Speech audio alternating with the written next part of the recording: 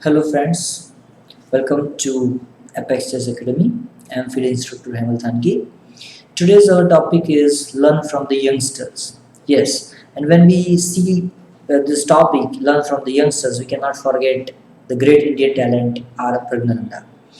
Today's our game is R. Praggnanandhaa is playing as white and he's playing against Victor Stoyanov, and this was a recent game of 2019 played in the month of April.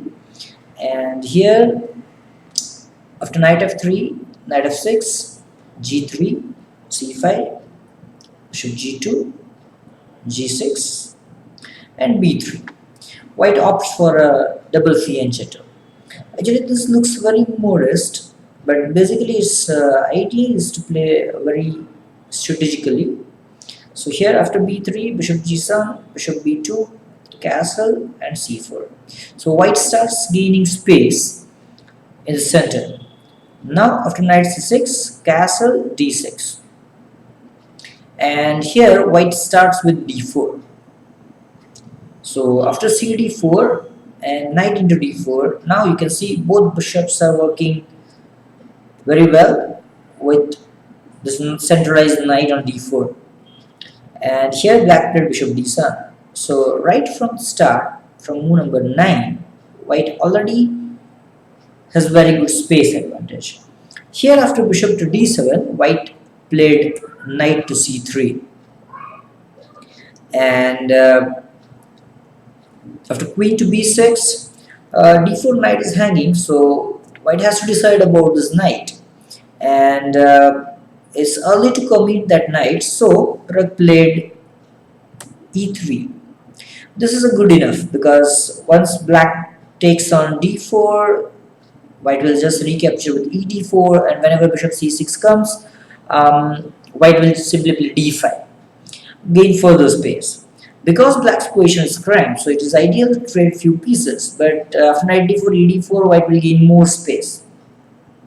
And here black played a5. I would say this is the first mistake as black, because now the b5 squares remains weak for the rest of the game. So after a5, white immediately went for knight d to b5.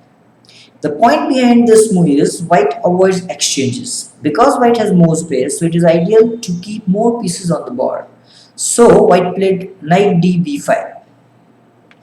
And now black played bishop g4. So black's intention is to improve few pieces. And now white played queen to d2. Of course, bishop f3 is out of question because white's all pawns on a dark square, so it is not ideal to play bishop f3. And second reason is white has space, so still should avoid exchanges. And now black played knight to e5, and now black's intention is to play knight to f3. And here it's white to play, so you can pause the video and find out the best move. Okay, so here there are two good moves. One good move, what Pragg has played, and another good move here is knight to a4. So by playing this move, white is immediately attacking the b6 queen, and once the queen moves, white should play bishop into e5. Whenever we are going to exchange queen, okay, whenever we are going to win material, it is ideal to exchange queens. So after bishop into e5 and say d into e5, queen into queen, rook into, and bishop into b7. So this is another way to just win a pawn and gradually improve your position. So this looks decent enough, but even I like what the Pragg has played, which I feel is even stronger rather than grabbing a pawn like this. Here Pragg has played f4. Okay, so what he is doing by this move? So first of all, he is not allowing knight f3. So knight f3 was a threat. So by playing f4, white is dealing with knight f3. This is the first idea. The second idea is knight on e5 is one of the active piece in black's camp. Normally, any piece, we can say any piece is a three state. One, we can say the attacking piece. Second, we can say is a defensive piece. Or third, we can say the piece is passive, which is just placed ideal. So here knight on e5 is very strong. So by playing f4, white is just changing the state of this piece. That means he is just making this piece passive. So by playing f4, he's just kicking that knight away, and now after h3, he is kicking the second piece again because he has space, and so he is not allowing any kind of exchanges. A very good strategy by white. So after h3, he is again kicking the bishop back to d7, and now white has only one backward pawn, and that is e3. So white's intention is to play e4, but right now that pawn is pinned, and that's why white played king to h2, and it is very clear that next move white is going to play e4. Now black simply bring his last piece into the game with rook f c8, and white played e4. Now queen to d8. This is what the standard maneuvering in Accelerated Dragon, or even some opening where black's position is a bit cramped. So normally he just bring his queen to b6, play rook f8, and put his queen back to d8, which is very standard maneuvering. But here there is one important difference as compared to Accelerated Dragon. Here the pawn is on a5 rather than on a6. That means his knight on b5 is very strong. This is the first difference. And here, if you check this position as white, after knight to b5, black has failed to exchange one pair of knight. That means after knight d4 and bishop c6, black's position, we can say, is still okay, reasonably well, because black can maneuver knight to d7 and knight to c5. But in this position, after knight to b5, black's position is very cramped because he is not able to exchange this knight on c6. So after queen to d8, white should gradually improve his position. So here b6 square is weak and the d file is semi-open file. So what white has done, white has simply put his rook to d1. That looks very reasonable because he is just bringing his another piece which is undeveloped into the game, and say after bishop to e6, now white has few options. For example, b6 square is weak, so to target this b6 square you have few options. For example, one option is knight d5, one option is queen e3 or queen f2 or knight to a4. Now let's say if white goes for knight to d5, that leads to few exchanges, and again I would say that white has space advantage, so it's ideal not to exchange more pieces. So knight d5 leads to few exchanges, although still after knight d5 white remains lying better after bishop d5 or a d5, and then you can put pressure on e7 pawn. But instead of knight to d5, even you have a stronger option. For example, knight to a4 was played in game, but let's consider queen.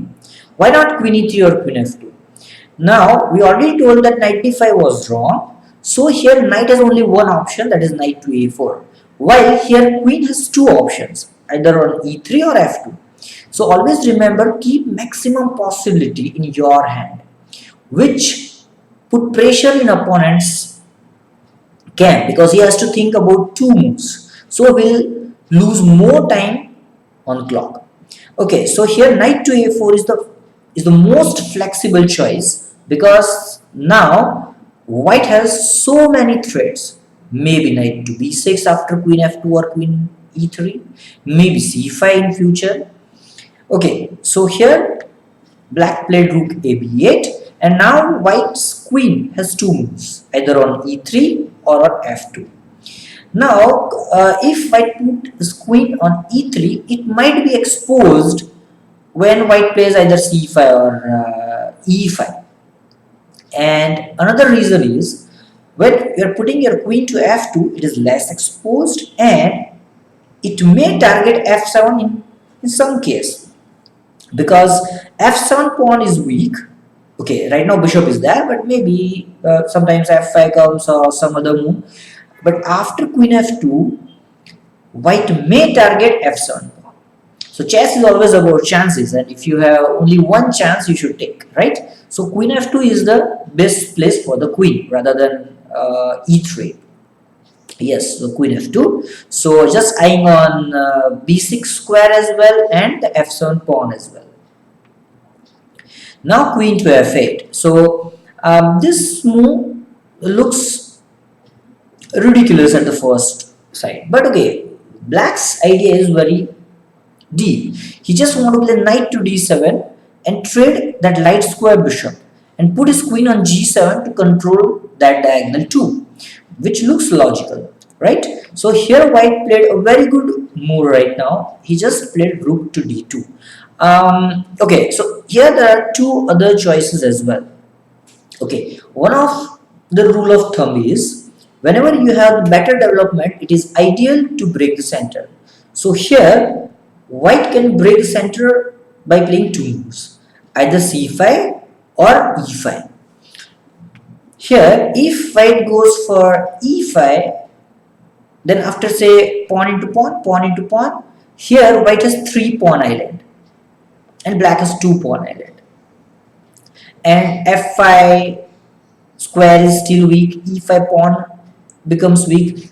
Still white's pieces are very active, so okay, it's of course playable, but rook d2 is again more flexible. White is just bringing his last rook on f1 into the game, and then he will decide about e5 or c5. In between, black has no good moves, so again black has to lose some time on clock to find any kind of logical option, which is again very good strategy. So here instead of e5, okay, another choice is of course c5 as well, and say after knight to e8, black is at least succeed to exchange bishop, and after the series of continuation, black will simply lose a pawn, but he will improve his pieces, right? So instead of this c5 continuation, c5 and then knight e8 and bishop g7, queen g7, c d5, knight d6, knight d6, c d6, rook d6, it is better to avoid this continuation because black has some activity. So what he did, he just played rook d2 on move number 21, and his intention is to play just rook f d1 rather than committing anything. And now black played rook d8, and after rook f d1, black played knight to e8. Now again, you can just pause the video and try to find out the best move here as white. Okay, so here after knight to e8, it is surprising enough that if you start the engine here, it will show e5 move as the first choice initially. But when you keep your engine for a longer time, or if you have a very good engine, very good core for your computer, you may find this move quickly. And here if you check the human concept, again here white has space advantage, so white should not exchange pieces, and it is very ideal to keep this bishop on the board, because now you see this queen on f8 is very bad. Its mobility is 0. While if you take on g7 and queen into g7, that queen becomes active. If you play e5 here, then takes and say, okay, first of all, let's consider again, let's compare these pieces. These two pieces are active, while these both rooks are passive. So what you are doing with e5, after e5 and pawn into pawn, if you want to take a5 pawn or the b7 pawn, you have to trade this both rooks, right? So after rook into rook, and after knight into f into e5, the first drawback here is white, you have exchanged two active rook against passive rook, We already discussed that any piece has three states: active or the attacking, defensive, and the passive. So here we exchange our attacking rooks to the passive rook, which is the first drawback. The second drawback, we had two pawn island. Well, after e5, now we have three pawn island, and black has only two pawn island. And f5 square remains weak. Our bishop on b2 remains weak. Okay, we are going to win a pawn on a5 or on b7, that is true. So still it is possible, but I like the move what the Pragg has played, and which is really a good move. This shows the clearly better strategical play by a very strong grandmaster Praggnanandhaa. So this is what we have to learn from these strong players. So here the Pragg has played bishop to a3, and now you can just see this is a fantastic move. He just keep his bishop and queen passive. Just keep that pieces passive.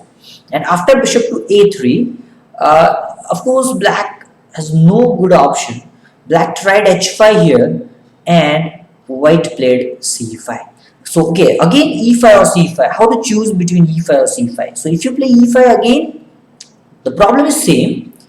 You have three pawn island after e5 break, and you will exchange both active rooks. While after c5, okay, we are exchanging one good rook, but we are not making our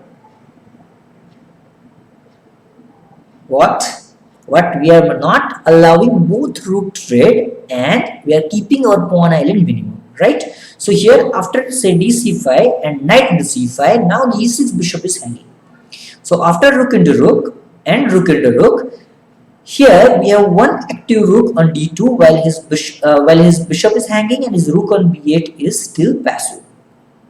So bishop to c8, and now e5, closing his bishop on g7 and improving our last piece. And here g5. Okay, so here again you can pause the video and try to find out the best move as white. Okay, so normally in chess we have two types of advantage. One is dynamic advantage, and the second one is static advantage. Normally the dynamic advantage means you have development advantage or attack on king or that kind of advantage where you have to react very quickly. And the static advantage means you have some long-term initiative like for example bishop pair or good pawn structure, maybe bishop versus knight, maybe pass pawn, queen side majority. This kind of advantages we can say is a static advantage, which is very long time. So here in this position you can see we have lots of good pieces, better pawn structure, positionally we are good, but here white played a very strange move actually, but it has a valid point. So here this concept is known as transformation of an advantage. So here white is just changing the pace. Okay, so already white has played a very slow game, but it's a very clear cut strategy. And here white is given is very strong bishop on g2 just for the knight, but his intention is to trap the queen on f8. If you are able to find out this move, it's really very good. So here the correct move is bishop on c6. And say after pawn into, here there are two good moves, but okay, Praggnanandhaa has found the second best, and which is rook to d8. But here the best move was knight to a7. So the point is, white wants to take on c8 and want to play knight to d7, simply trap the queen. This is what the simplest move. And if black played knight to c7, then we can simply win this pawn after knight to c6, and once black played rook to a8, we will win a queen as well after rook to d8. And this looks very easy because now knight e8 means we have rook c8 and knight d7, right? We just simply trap the queen. And now if you remember that Pragg has played bishop to a3, and in that position the e5 move was also good enough. But this bishop to a3 gives this chance of trapping the queen. It won't be available if you have played e5. So this is what the idea behind this kind of strategy. When you have a space advantage, don't allow your opponent to activate their pieces when particularly like this queen was very bad on f8, its mobility was 0, and so in that particular case you should not play e5, just you should play bishop a3 kind of stuff on move number 21, and that gives this kind of opportunity to trap the queen. Okay, but instead of knight to a7, Pragg has played rook to d8, and his idea is also very similar, but in the previous variation after knight to a7 we just win a queen for one piece, while here after rook to d8, if black played cb5, rook c8, rook c8 and knight to d7, still white wins a queen, but here white gave two pieces for the queen. So still white is technically winning, and if you want to go through the game, you can just search this game from the tweak, in recent tweak, maybe the month of April. Yeah, so you can just search this game from the Quick database, and you can go through this whole game, or you can just go to my website apexchess.academy, where I have put this game, where you can see this game, whole game. But here we can stop because this position is already winning, and the remaining part is simple technical part that we can cover in conversion in future. Okay, so hope you have liked my video. We have learned today from a great Indian talent, R. Praggnanandhaa. Next game, we are going to see the another young talent, Alireza Firoza. So hope you have liked my video, and please watch my future videos as well. Thank you.